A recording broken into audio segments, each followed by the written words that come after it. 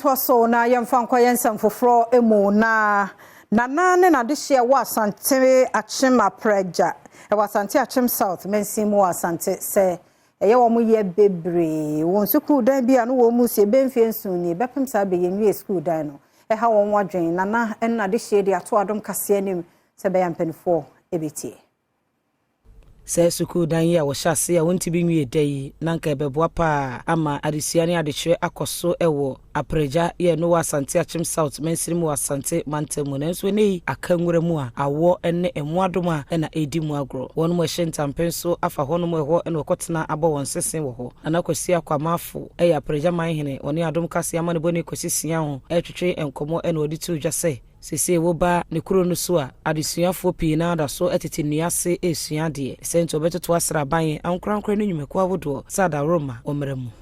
school under trees imfia hini eni hu bi nso Apragya de still yegusu obi nti esra ban no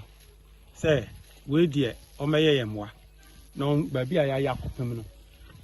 half na ya Apragya yi half na aka ne de eno nso si fom a afi ni aye futin no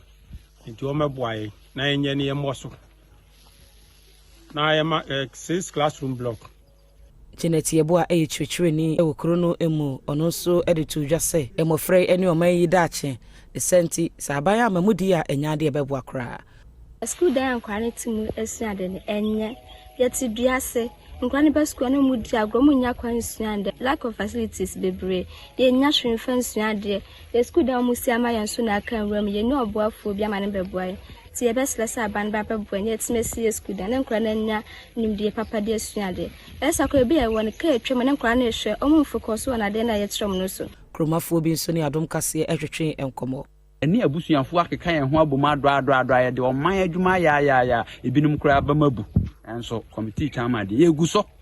se nanano mwada woma ye surely say isi yeguso de asam no eto FM sorry de ye sure say obeso yemu ya do ho yen obi ababo ayen isi akanwuram ya do ho abre obo committee dawro kura obi aso o ma ya do ho abre hu to obi a ye to aso tisabai na tia aboyen yesre omo